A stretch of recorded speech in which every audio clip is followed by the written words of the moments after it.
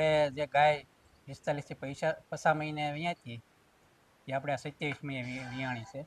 આપણે સર્વોત્તમ ડેરીમાં પ્રોજેક્ટમાં લીધેલી હતી ગાય.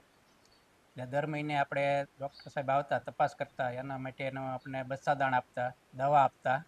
મોટી થાય એટલે સર્વોત્તમ સ્પેશિયલ દાણ આવતું. એના વિકાસ સારો થવાથી આપણે આ 27 મહિને વિયાણી છે અને વાસળી જ આવી છે. અને 6 થી 7 લીટર દૂધ છે એક ટેકનું. બહારથી કોઈ પશુ લાવી, ગાય લાવી કે ભેંસ લાવી, એ આપણે કેવું છે કેવું નહીં, કેટલું દૂધ આપશે, શું છે, સારું છે કે કેમ છે, એ ખ્યાલ ન આવવાથી આપણે ઘરનો જ ઉછેર કરવી, ગાય હોય કે વાસળી હોય કે પાડી હોય, ઘરનો ઉછેર કરવાથી આપણને ખ્યાલ આવે કે આપણું જ છે, પોતાનું જ છે. એટલે ઉછેર સારી રીતે થાય અને વાસળી સારી રીતે ઉછરે તો 30 મહિનાની અંદર આપણે વિયાજણ થાય તો આપણને એક ફાયદો થાય અને દૂધ પણ સારું આપે.